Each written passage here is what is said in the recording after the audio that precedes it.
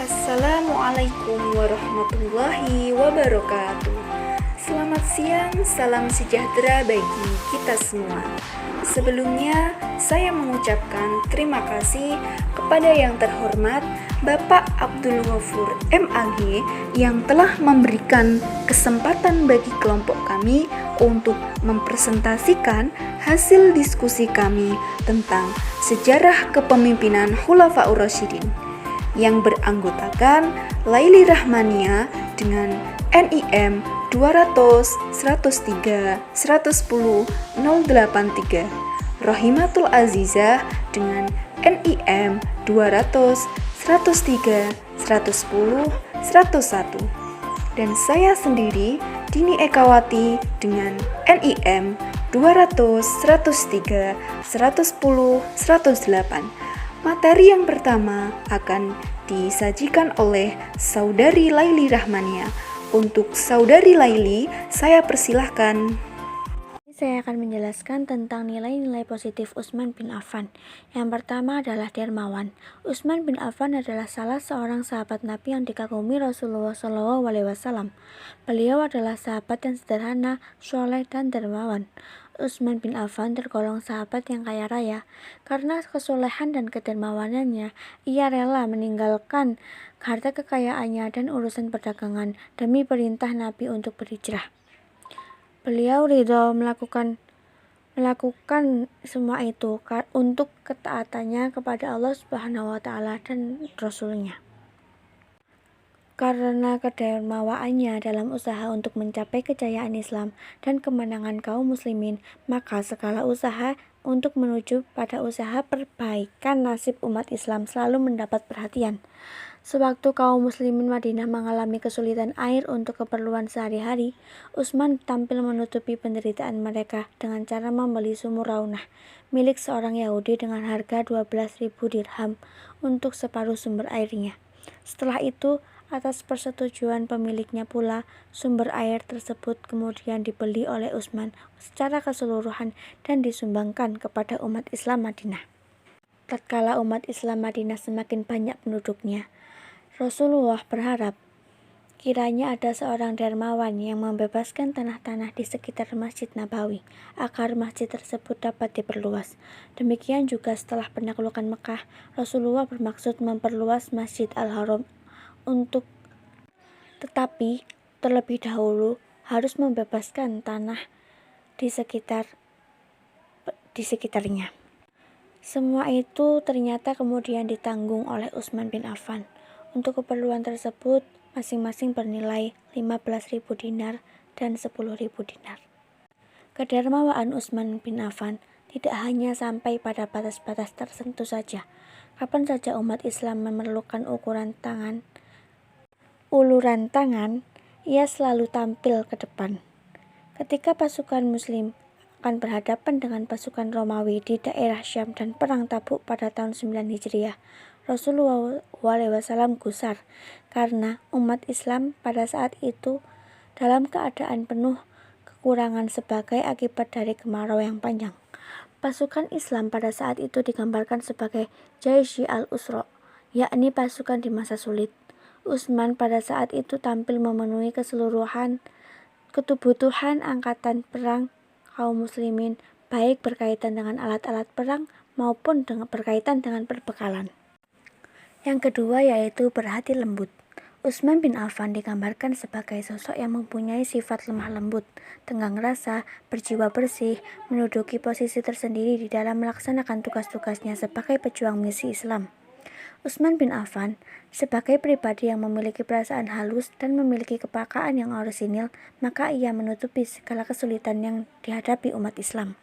Utsman bin Affan yang terkenal memiliki sifat yang lemah lembut, penyayang, pemaaf, tenggang rasa yang tinggi, memang merupakan sifat-sifat terpuji dari seorang mukmin sejati. Namun kurang tepat kalau hal itu diperlakukan kepada seorang top leader seperti khalifah. Sebagai seorang khalifah, sewaktu-waktu diperlukan sikap dan tindakan yang tegas.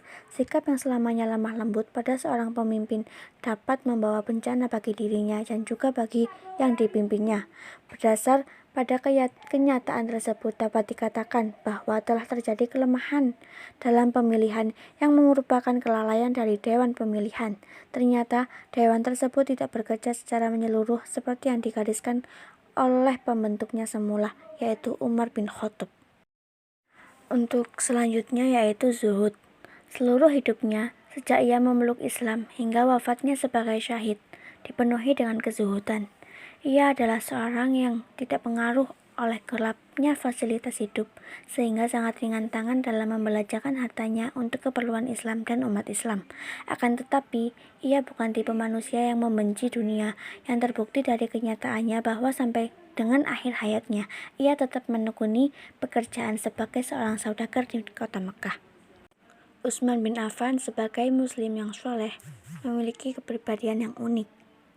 Ia tetap merasa penting berusaha untuk mengumpulkan harta karena dapat menopang kepentingan Islam dan umatnya, dan hal itu ia buktikan sepanjang hidupnya. Bercermin dari kepribadian dan sikap hidup Utsman bin Affan yang kaya raya, namun tetap hidup sederhana, menggambarkan bahwa seorang sufi adalah orang yang mampu menolak apa yang ia miliki, dan bukan menolak apa yang ia tidak miliki. Seandainya seseorang tidak memiliki apa-apa, maka dalam hal apa ia dipandang sebagai seorang yang hidup sederhana. Utsman bin Affan adalah seorang tokoh yang memiliki pribadi yang mengagumkan. Seluruh hidupnya, sejak ia memeluk Islam hingga wafatnya sebagai syahid, dipenuhi dengan kezuhudan. Ia termasuk salah seorang sahabat Rasulullah yang paling tulus dan paling mencintai Rasulullah. Ia telah memberikan pengorbanan yang begitu menakjubkan dalam menegakkan kalimatullah. Ia memiliki akhlak terpuji, lemah lembut, tenggang rasa, suci jiwa, dan peduli ketakwaan. Yang terakhir yaitu malu dan tenggang rasa. Dua sifat ini mengatasi sifat dan keutamaan lainnya, sehingga menguasai dirinya dan menjadi kendali seluruh perbuatannya. Di balik segala jasa yang mengangkat namanya, serta kesalahan yang merugikan dirinya, dilihat bahwa kedua sifat inilah yang memikul tanggung jawab. Diriwayatkan oleh Ummul Mukminin Aisyah radhiyallahu an bahwa pada suatu hari Abu Bakar meminta izin untuk menjumpai Rasulullah SAW yang ketika itu sedang berbaring, sementara jubahnya tersingkap di salah satu kakinya. Abu Bakar pun diberi izin dan segera masuk. Terjadilah percakapan di antara mereka. Kemudian Abu Bakar berlalu. Tidak lama antaranya datang pula Umar bin Khattab yang juga minta izin bertemu dengan Rasulullah SAW dan diberinya izin. Beberapa saat ia bercakap-cakap dengan Rasulullah SAW, kemudian kembali. Setelah berlalu datang pula Utsman yang juga minta bertemu. Kiranya saya lihat Rasulullah SAW berkemas-kemas untuk menyambut kedatangannya. Rasulullah segera duduk dan menarik bajunya yang ke bawah agar menutupi kakinya. Kemudian ia berbicara sebentar dengan Utsman. Setelah berbicara, Utsman pun mohon diri. Setelah Utsman pergi, Aisyah menanyakan kepada Rasulullah SAW. Katanya, "Wahai Rasulullah, saya tidak melihat Anda berkemas-kemas untuk menerima kedatangan Abu Bakar dan Umar, sebagaimana Anda lakukan terhadap kedatangan Utsman." Maka sabda Rasulullah, "Utsman itu seorang perasa, dan seandainya saya izinkan masuk sewaktu saya berbaring, tentulah ia akan malu masuk dan akan kembali sebelum keperluan yang hendak disampaikannya dapat terpenuhi. Hai Aisyah, tidakkah saya akan malu terhadap orang yang malaikat pun malu kepadanya?" Sekian penjelasan dari saya, akan dilanjutkan oleh rekan saya. Baik, saya Rohimatul Aziza akan memaparkan materi mengenai Khalifah Sayyidina Ali bin Abi Thalib.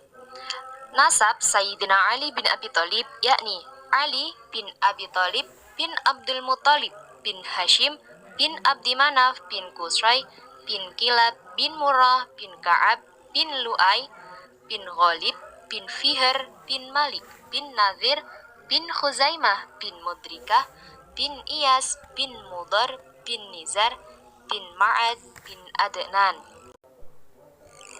Nah, Sayyidina Ali bin Abi Thalib ini dilahirkan pada 10 tahun sebelum diutusnya Nabi Muhammad SAW menjadi nabi. Sayyidina Ali ini mempunyai beberapa julukan, di antaranya yakni Abul Hasan, yang kemudian dinasabkan kepada anaknya yang paling besar, yakni Hasan. Selain itu juga dijuluki oleh Rasulullah SAW yakni Abu Turab, dan Sayyidina Ali merasa senang jika dipanggil itu. Ada juga julukan lain yakni Abul Hasan wal Husain, Abul Qasim al-Hashimi, dan Abu As-Sabtaini. Dan juga Sayyidina Ali ini memiliki gelar Amirul Mukminin.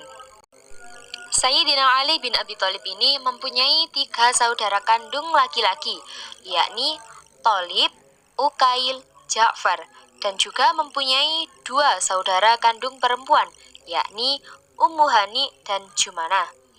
Sayyidina Ali bin Abi Thalib ini menikah dengan putri Rasulullah, yakni Fatimah.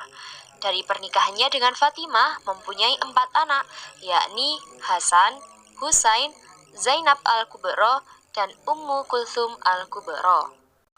Dan Sayyidina Ali bin Abi Thalib ini adalah termasuk golongan orang yang pertama kali masuk Islam dari golongan anak-anak. Selanjutnya yakni mengenai silsilah Sayyidina Ali bin Abi Thalib bertemu dengan Rasulullah SAW. Nasab Sayyidina Ali bin Abi Thalib bertemu dengan Rasulullah SAW yaitu pada nasab kakeknya, yakni Abdul Muthalib bin Hashim, di mana Abdul Muthalib ini memiliki anak bernama Abdullah dan Abu Thalib. Abdullah merupakan ayah dari Rasulullah SAW dan Abu Thalib merupakan ayah dari Sayyidina Ali bin Abi Thalib, di mana Abu Thalib yakni paman Rasulullah SAW. Jadi nasab Sayyidina Ali bin Abi Thalib ini bertemu dengan Rasulullah SAW yaitu pada nasab kakeknya Abdul Muthalib. Kemudian kepribadian yang dimiliki oleh Sayyidina Ali bin Abi Thalib. Yang pertama yakni cinta ilmu. Sayyidina Ali bin Abi Thalib ini sebagai ulama para sahabat senior yang terkenal dengan kesungguhannya dalam mengejar cita-cita dan selalu berhati-hati dalam menerima ilmu. Sayyidina Ali memiliki lisan yang senantiasa gemar bertanya untuk mencari ilmu, serta tidak pernah menyia-nyiakan untuk selalu berada di sisi Nabi Muhammad SAW. Sayyidina Ali bin Abi Thalib ini menjelaskan bahwa sebab kedalaman dan keluasan ilmu yang Allah karuniakan kepadanya itu merupakan hal yang ia dapatkan dari Rasulullah SAW dengan suka bertanya. Sayyidina Ali berkata, apabila aku bertanya, maka aku diberikan apa yang aku tanyakan tersebut, dan apabila aku diam, maka aku pun tidak mendapatkan sesuatu. Ini sesuai dengan pepatah yakni malu bertanya, sesat di jalan. Apabila kita malu untuk bertanya sesuatu yang kita tidak tahu, sebaiknya kita tanyakan kepada orang yang lebih mengetahui agar kita dapat mendapatkan jawaban dari hal yang kita tidak ketahui. Yang kedua yakni zuhud. Sayyidina Ali bin Abi Thalib ini merupakan manusia yang tumbuh dan berkembang dalam didikan cahaya Qur'ani. Hal tersebut dapat kita pahami karena kedekatannya dengan Nabi Muhammad SAW, kebersamaannya dengan para sahabat, dan kemampuannya untuk merenungi hakikat kehidupan dunia, bahwa hakikat kehidupan adalah ujian dan cobaan. Yang ketiga yakni tawadu. Ada suatu kisah yang menceritakan sikap ketawaduan Sayyidina Ali bin Abi Thalib. Sayyidina Ali ini rela membawa sendiri barang-barang yang telah dibelinya. Padahal waktu itu beliau adalah seorang Amirul Mukminin. dan juga merupakan sahabat Rasulullah SAW yang telah mencicipi banyak pengalaman. Sayyidina Ali ini tidak menerima tawaran dari pihak manapun untuk meringankan atau membawakan beban yang menjadi tanggung jawabnya. Nah, dengan sikap inilah Sayyidina Ali telah memberikan contoh sikap tawaduk kepada kita semua sebagai umat Islam. Dan Sayyidina Ali bin Abi Thalib yang keempat yakni dermawan. Sejak muda, Sayyidina Ali ini senantiasa bersedekah untuk kemurnian dan kebangkitan Islam, rela mengorbankan jiwa dan hartanya, serta rela berlelah-lelah dan berpayah-payah untuk kepentingan agama Islam. Sayyidina Ali bin Abi Thalib ini mampu mengendalikan keindahan dunia yang fana ini. Beliau tidak sedikit pun tergoda atau terpesona dengan kehidupan dunia yang menggiurkan. Sayyidina Ali bin Abi Thalib tetap memilih tinggal di rumahnya yang sangat sederhana. Pada waktu itu, ia diminta untuk tinggal di istana negara yang tinggi, megah, dan indah. Tapi, Sayyidina Ali bin Abi Thalib memilih untuk tinggal di rumahnya sendiri sampai berpisah dengan dunia. Kepribadian Sayyidina Ali bin Abi Thalib yang terakhir, yang kelima, yakni rajin beribadah. Sayyidina Ali bin Abi Thalib ini benar-benar mempraktikkan arti ibadah secara utuh dalam kehidupannya. Beliau dikenal dengan istiqomahnya dalam mengerjakan sholat malam hingga dikawal atau disebut sebagai ahli sholat tahajud. Dan semoga kita semua sebagai umat Islam dapat mencontoh kepribadian dari Sayyidina Ali bin Abi Thalib. Sekian, selanjutnya materi akan diteruskan oleh rekan saya. Materi selanjutnya yaitu tentang nilai-nilai positif kepemimpinan Ali bin Abi Thalib. Yang pertama, nilai iman atau i'taqadiyah. Iman berarti percaya atau yakin. Abul A'la al-Maududi mendefinisikan iman menurut bahasa yaitu mengetahui serta meyakini.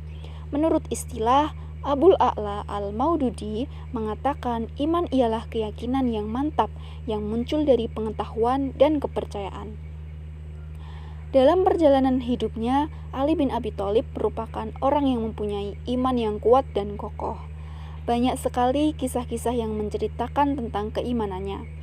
Khotbah-khotbah beliau pun banyak yang berisikan tentang keimanan. Jadi, salah satu kisah Ali bin Abi Thalib tentang keimanannya yaitu Ibnu Ishaq menyebutkan bahwa di saat Ali kecil datang ke rumah, Nabi dan Khadijah sedang sholat.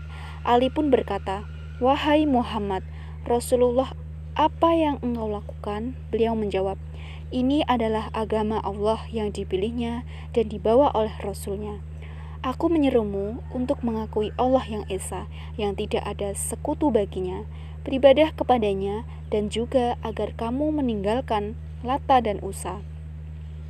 Ali berkata, "Urusan ini belum pernah aku dengar sebelumnya. Aku tidak dapat memutuskan hingga aku menceritakannya kepada Abi Thalib."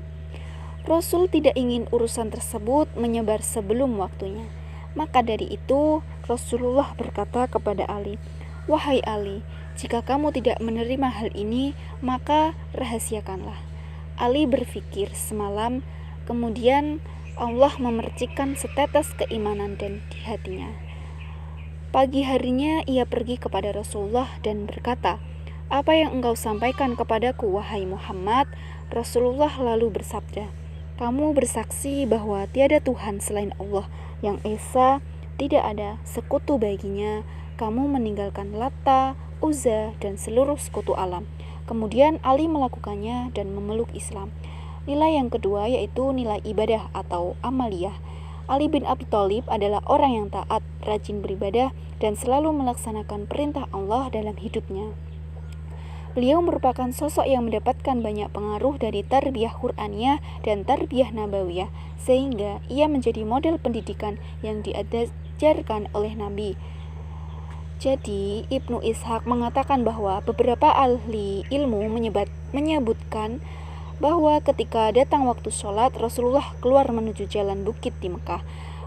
Ali juga keluar bersama beliau dengan sembunyi-sembunyi dari Abi Thalib, seluruh pamannya dan juga kaumnya. Keduanya sholat di sana dan ketika sore hari mereka pulang. Terkadang mereka berdua tinggal di sana beberapa waktu.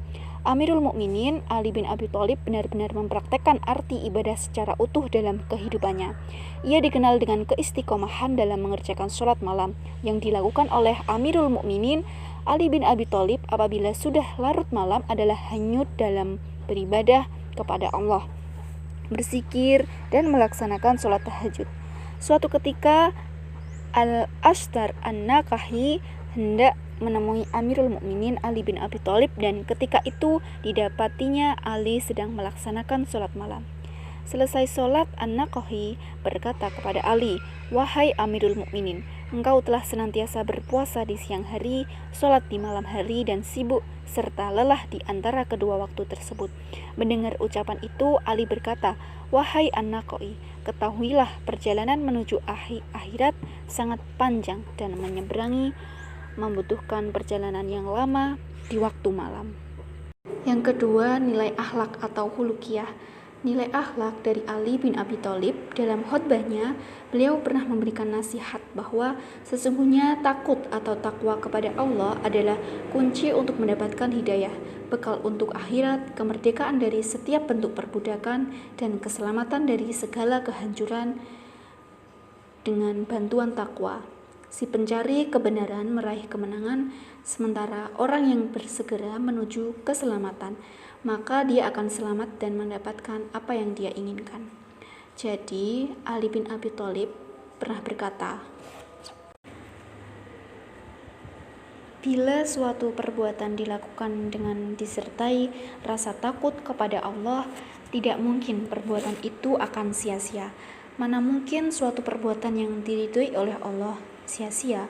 Wahai umat Islam, takutlah kepada Allah, karena Allah itu sedemikian rupa, sehingga ketika kalian bicara, Dia mendengarkannya, dan ketika kalian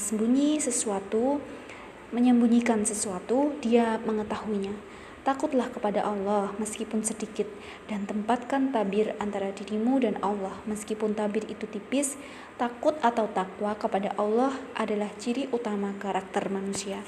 Yang keempat yaitu nilai sosial. Nilai sosial merupakan sikap dan perasaan yang diterima secara luas oleh masyarakat, yang merupakan dasar untuk merumuskan apa yang benar dan apa yang penting. Ali bin Abi Thalib adalah orang yang berjiwa sosial. Ia merupakan lulusan dari tarbiyah Qur'aniyah dan tarbiyah Nabawiyah. Hal ini terbukti dari beberapa sikapnya yang suka menolong, rajin berderma, punya solidaritas sosial yang tinggi, serta menggunakan asas musyawarah dalam pengambilan keputusan. Beliau juga merupakan sosok yang murah senyum, ramah, semangat memberi pelayanan yang prima, tidak sinis, tidak emosional, dan mudah mengulurkan tangan. Sekian dari kelompok kami, kurang lebihnya kami mohon maaf, dan kami akhiri. Wassalamualaikum warahmatullahi wabarakatuh.